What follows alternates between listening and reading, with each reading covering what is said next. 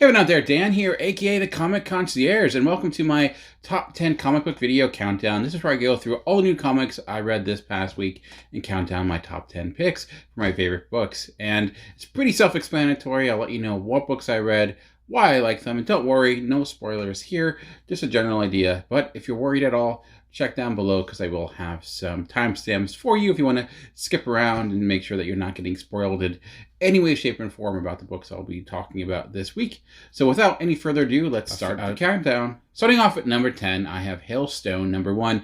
Starting off with a brand new series. This series is coming from the world of Comixology. Yes, it's one of their original published books. So if you want to pick it up, you will have to get it digitally, although maybe there'll be a physical release. They have had some physical releases in the past. For example, like Afterlift was published by Dark Horse. So maybe if there's enough acclaim for this book, enough interest, it'll actually be in a physical comic book store later down the road. But for now, I'm just looking at the digital version of it. And this is written by Raphael Scavone, with art by Raphael de la Torre, and colors by Wesley Monroe. And I, again, apologize if I pronounce any of those names incorrectly. And it's a Western, but it doesn't necessarily fit into all the similar categories you would typically get with a Western. Starting off with a really small choice, I think that has a big impact, and that's simply by putting this into winter. This takes place in Montana, in a small Montana town.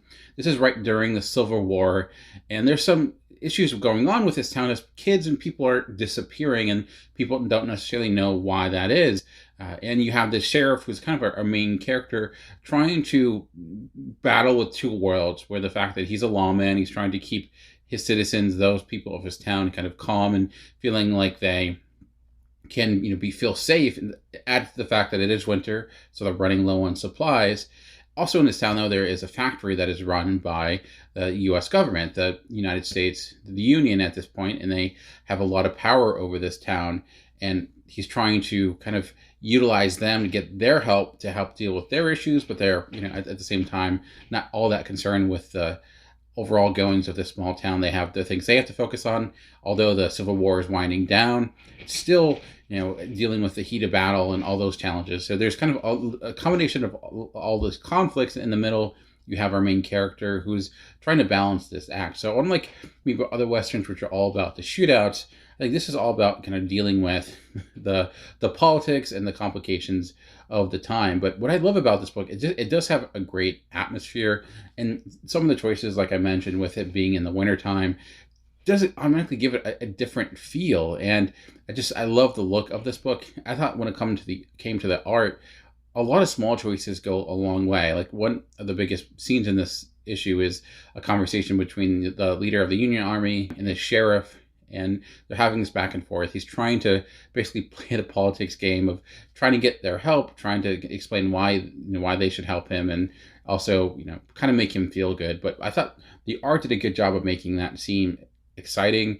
and it's little small details, like, for example, how it would position them on the page, where when the sheriff was talking, he was always shown on the right, and when you get some zoom in pages of the Union leader, of the Army leader, he would always kind of be leaning towards the left. And I thought that did a good job of just always making sure that you had a good understanding of where they were within the room. And it's one of those things where I think can be overlooked. Those little small choices that I think go a long way, where you're having a panel and you're having a conversation, and where people kind of are all over the page, so they don't necessarily make sense, and where they fall on the page. It's like, why? I thought he was over here and he's over there.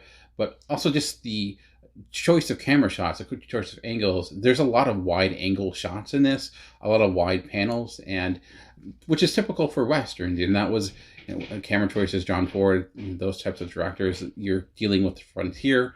That was often the choice there. But with this, it wasn't an open landscape. And a lot of times it was in the woods, or it was in a crowded grouping of people, but you still utilizing those similar shots. So I think that the juxtaposition of kind of classic storytelling techniques you would expect with a Western, but in a setting that was different, ran throughout this book from beginning to end.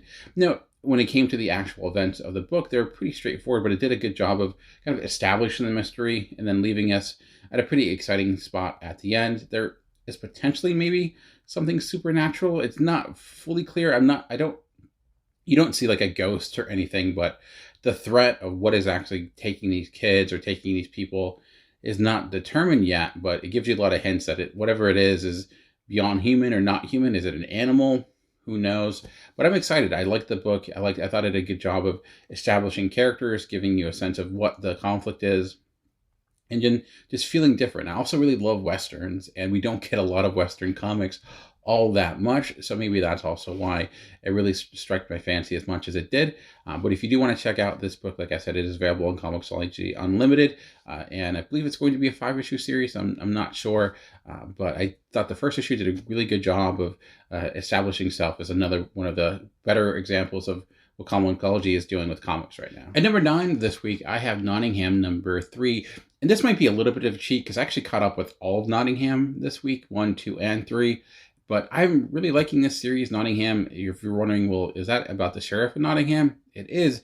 It's a kind of retelling or a different look at the classic Robin Hood mythos, but your main character in this, your main focus, is that of the sheriff of Nottingham. This is written by David Hazan with art by Shane Connery-Vilk, colors by Luca Romano, and lettered by Jonathan Gill, and it's published by Man Cave Studios. So, Man Cave is one of those publishers which I don't necessarily read nearly enough. I've read some of their books, but haven't really caught up with this one. I heard a lot of great things with it, and I think I unfairly dismissed it, which is something I try never to do, is dismiss something based upon concept, but that's kind of what I did, and this is why I don't do that, because when I actually ended up reading it, I quite liked it. I enjoyed it a good amount, and I love how it is taking the Nottingham, this mythos, and connecting it to things like the Crusades, because that is a big part. Those things were going on concurrently with Robin Hood and that time period, and getting more backstory of Nottingham, and this Friar Tuck plays a key role. You kind of have a back and forth between them. I love the reimagining of this, and I do like it when people do that. Take classic tales. If you can take a classic tale, but better than Robin Hood, and see it through an entirely different lens, and one that it's not like it's trying to make everything dark and gritty, although it is a little bit more mature. There's more meaning to it. I felt like it's almost like the quote-unquote real story of what happened, unlike that really bad Russell Crowe movie that came out about Robin Hood. This one actually is entertaining. It's well told. I do like the art style.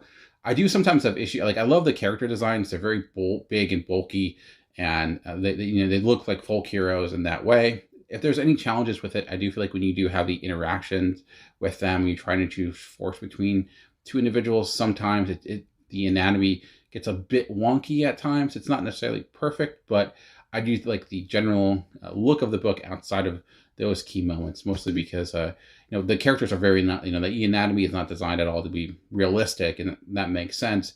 But I just like the way that it makes like the Sheriff of Nottingham feel like this opposing figure, and then when you get Little John, you're like, oh man, that guy is all types of neck, and so that was kind of cool to see.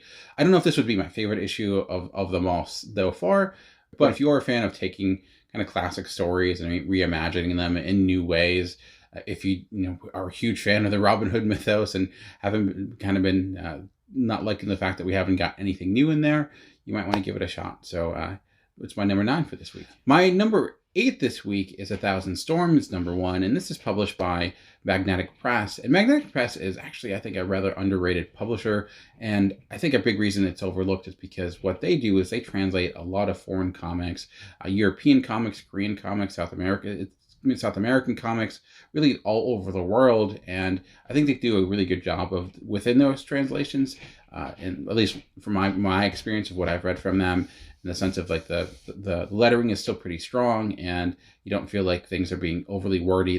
In the sense of sometimes I've read translations and it's like there's not a word for that, so let me throw all the words to make something fit. But I never get the sense with this. And this is written and drawn by Tony Sandoval, and it's about this lonely girl, Lisa, who enjoys watching nature and collecting old boxes and pebbles. And of course, being lonely, other kids kind of think she's weird, but she discovers this passage that allows her to go through parallel worlds. And she finds herself being accused of basically being a witch due to kind of her abilities and things like that. It's a bit hard to understand at first, I'll be honest, because there's a lot of moving pieces here. But I think what does a really good job of helping you understand the story are the art styles. And I say art styles, even though this is written and drawn by Tony Sandoval, She really shifts up his art styles a lot in this series, in this issue, and it's really a sight to see. Sometimes it has a very like watercolor look, especially when it opens up, but then it gets really almost animated in a way, almost looking like a 3D texture. It varies a lot, and you have these parallel worlds going on, and some of the characters seem to have awareness of it. So I didn't necessarily get every small detail, but I did really enjoy the experience of like seeing this art change, being able to go through the same perspective of this young girl, and just kind of the magical world you are brought to. It's a really feast for the eyes. If there's another downside to this issue, though, I would say, like with Magnetic Press, what they often do is they'll get a graphic novel and they'll chop it up into individual issues and release it that way. The downside is when you get an issue like this, it doesn't necessarily have the pacing you would expect with a normal everyday issue where beginning, middle, end. It kind of just, you have a beginning and middle, and then the ending tends to be a little bit abrupt. But outside of that, if I just look at the minus that pacing, if it was probably reading the entire thing at once, I'd probably be much higher. But those little small details, I think, hindered a little bit. That's also why I'm a little bit more forgiving with not necessarily understanding every small detail, since it's not originally designed to be consumed in this manner. It's more, designed to be one large meal. So despite the fact that maybe I had some comprehension issues with some of the details, I feel like that will help most likely be ironed out in future issues. But if I'm not, I'll maybe talk about that as well. But I just was really impressed with the art design, and it was something that kind of just, I took a chance on because I've liked other Magnetic Press books this year thus far, and it's trying to do this list. I'm trying to think of bringing books that aren't necessarily the ones everyone's talking about. I've tried some and they didn't hit me, but this one I enjoyed quite a bit. Tony Sandoval is a very accomplished creator. He's had something like 7 Eisner nominations or something like that. So it's not all that new that he's writing a good book, but if you are a fan of him and weren't aware this is out, it's now available digitally, and it should be available physical form as well, although I know a lot of comic book stores don't necessarily carry magnetic presses, so you'd probably want to ask them to pick it up directly, or seeing if you can get a trade someplace. Number 7 for me this week is Black Hammer Visions number 4, and Black Hammer Visions has been a series that you've had different creators come on board and tell their tale in the Black Hammer universe. In this case, we have Mirio Tamaki on writing duties, and she's telling a tale and a half. This book was a journey. Also, you have on art duties art by Diego Olotego, colors by Dave Stewart. I feel like if it's a Dark Horse book, you can just assume it's Dave Stewart. I feel like he does all their books, but it was a really good-looking book. And similar with the last issue I talked about, you kind of had different dimensions. This is a book that's kind of hard to describe without ruining the surprises, so I apologize if I kind of talk in code and messaging, but I'll just say this in the sense of this was kind of focused on the character of Colonel Weird, and if you know Colonel Weird, he traverses different, basically the multiverse of the Black Hammer universe, and when this book opens up, it's like this serious wrought drama, like old school, like PBS drama you would see for, the British Downton Abbey or something like that, where you have every character is playing a different role.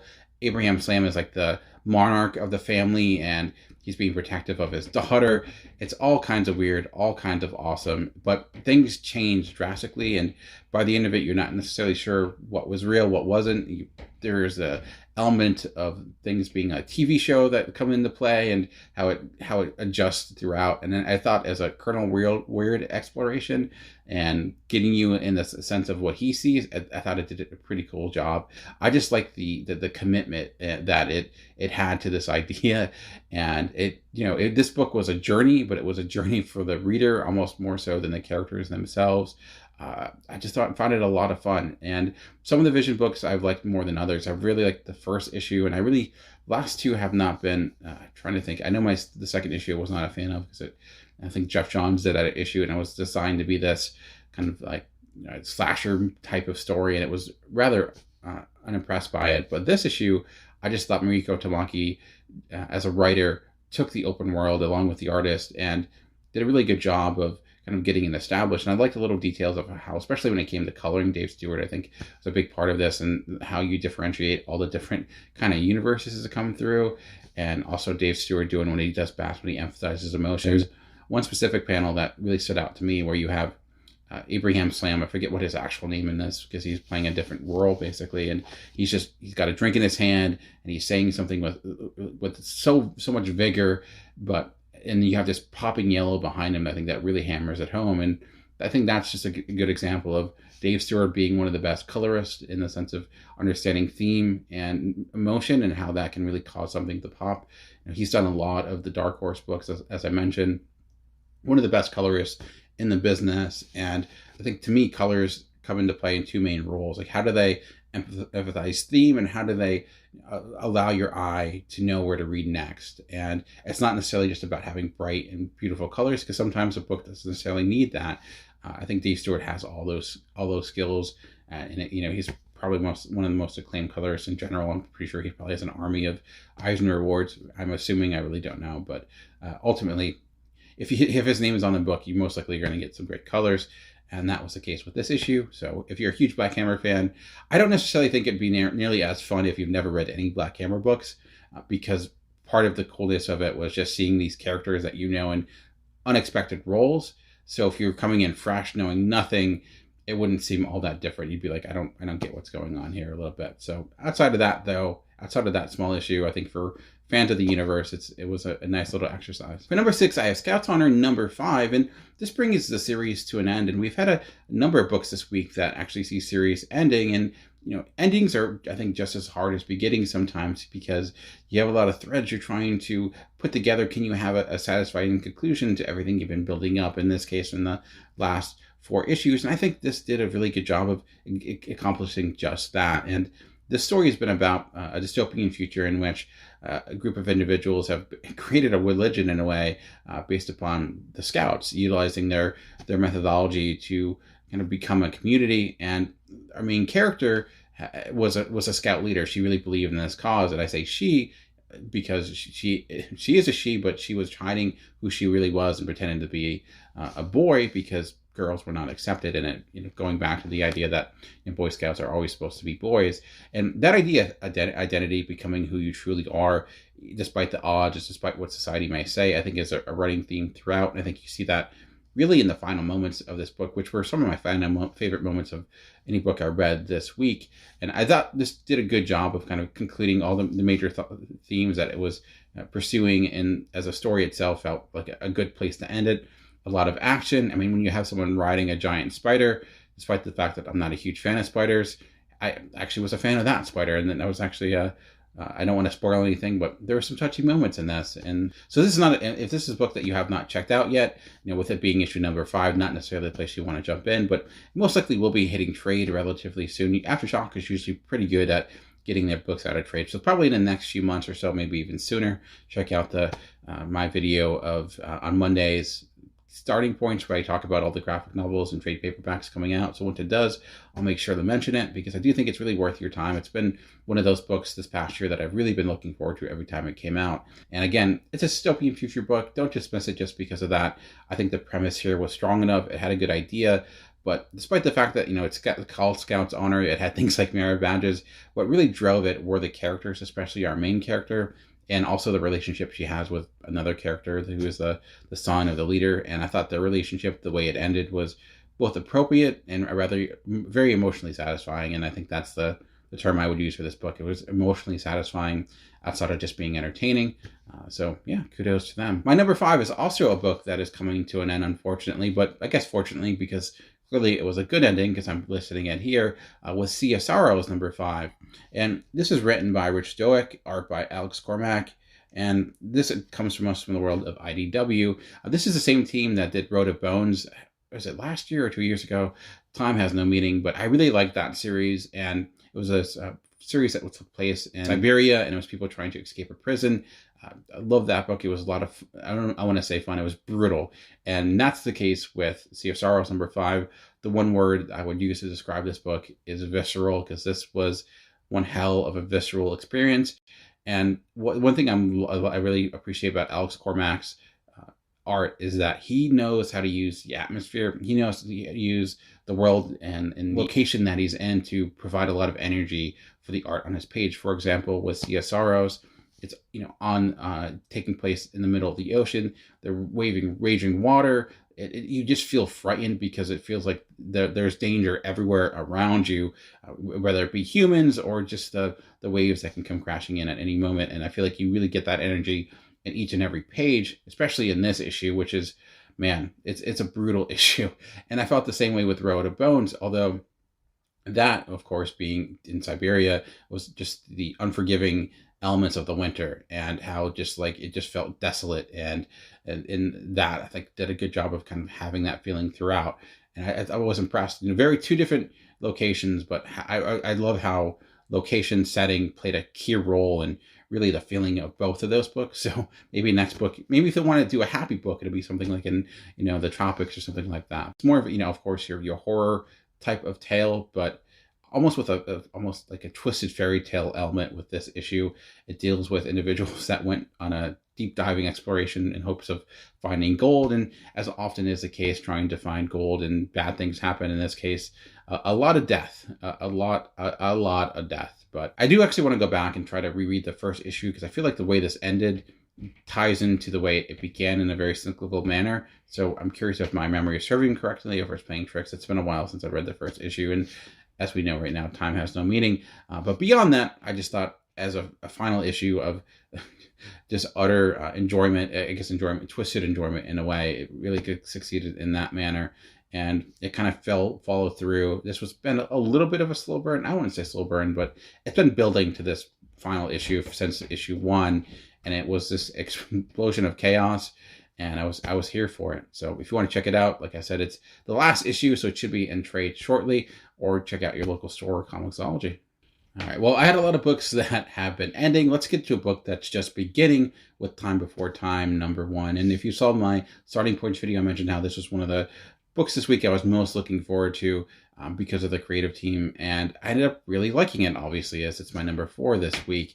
And within that video, I mentioned how it connected itself to that movie Looper, and I actually feel that is a very apt comparison. It's not necessarily the same story when it comes narratively, but just the way it utilizes time travel as a kind of a tool rather than like this magical thing. It's just this tool. It's like a utility, like you would with power or what have you, as they're using time travel to hide people. Basically, they use the mob or this crime syndicate to get into time machines, go to a specific time, and hide from whoever's trying to find them. Sometimes it's just normal people, and sometimes it's people that are relatively evil. And we have our main character that's trying to break free, but he's having difficulty because he's kind of become an indentured servant due to like just the system they have. It's a system that seems like you can't get out of, because once you're actually paying off your debt, something new will pop up surprisingly, and it's like, oh, now you owe more money because the thing you were using broke, and we're going to blame you, so you can't get out of it. And he feels stuck in this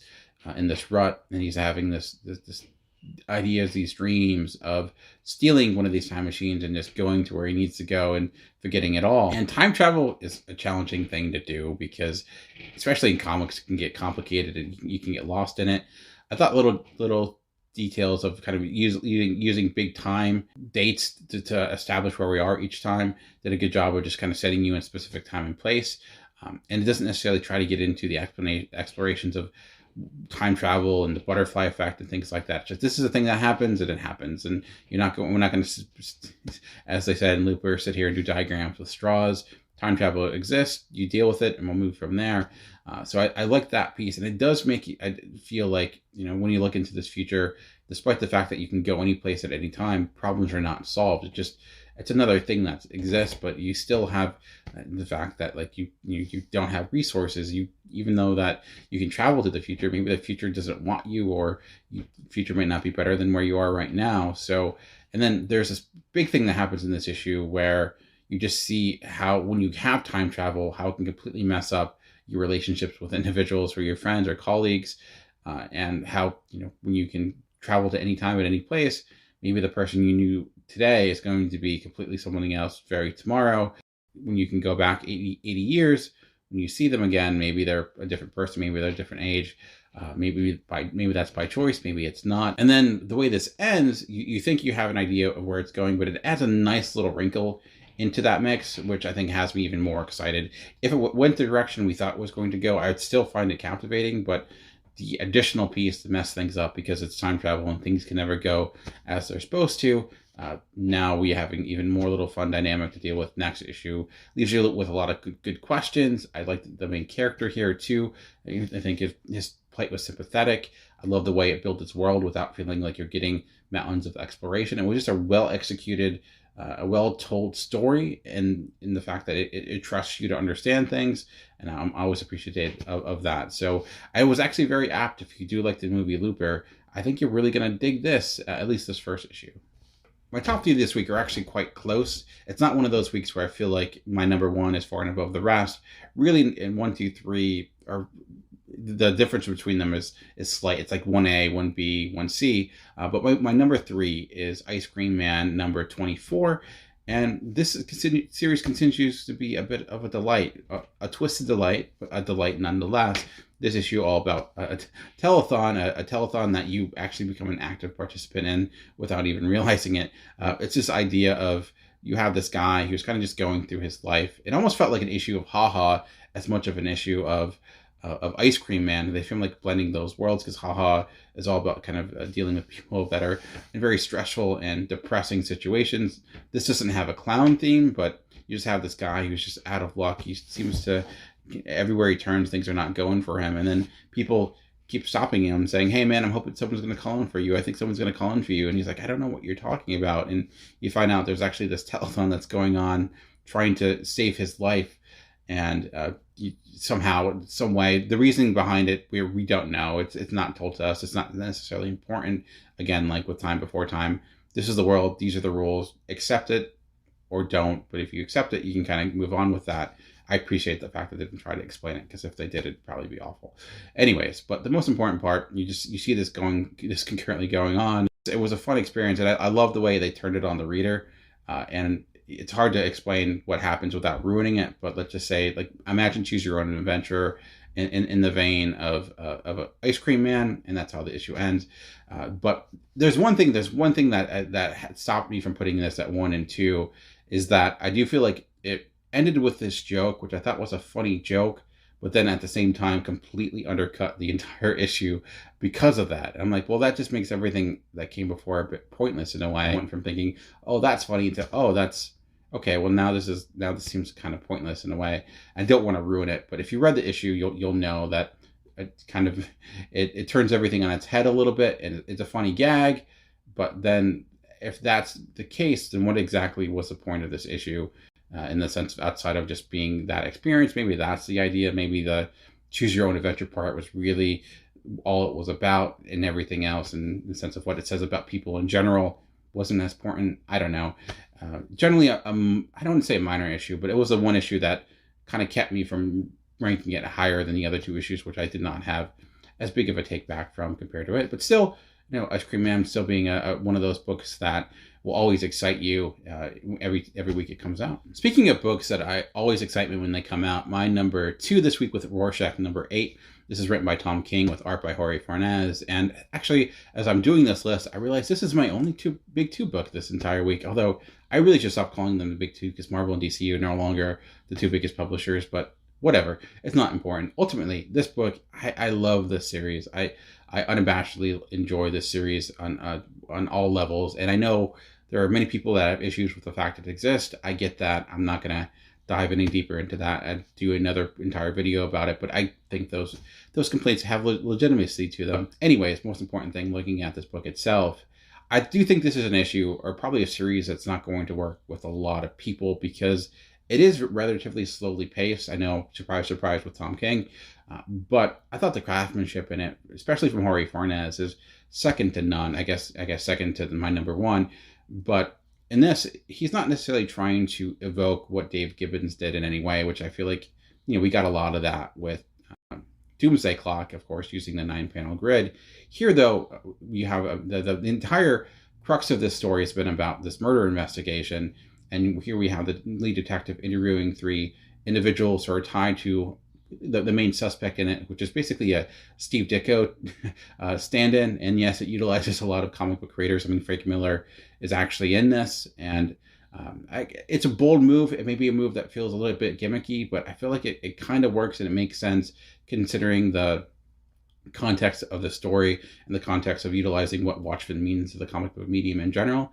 But what I loved about this is that you get those three stories. Basically, each page is split up to three sections for the most part. Some pages aren't, but I just thought the way it went about it is very wordy issue. There's a lot of words on the page.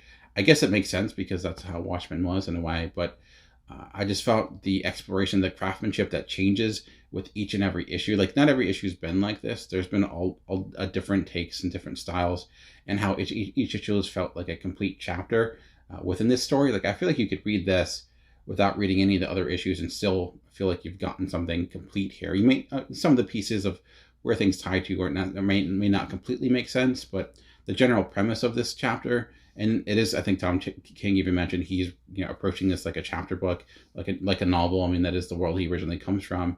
And when you team yourself up with someone like Jorge Fornes, whose storytelling is becoming second to none, how like there will be pages in which they incorporate the lettering within the panel itself.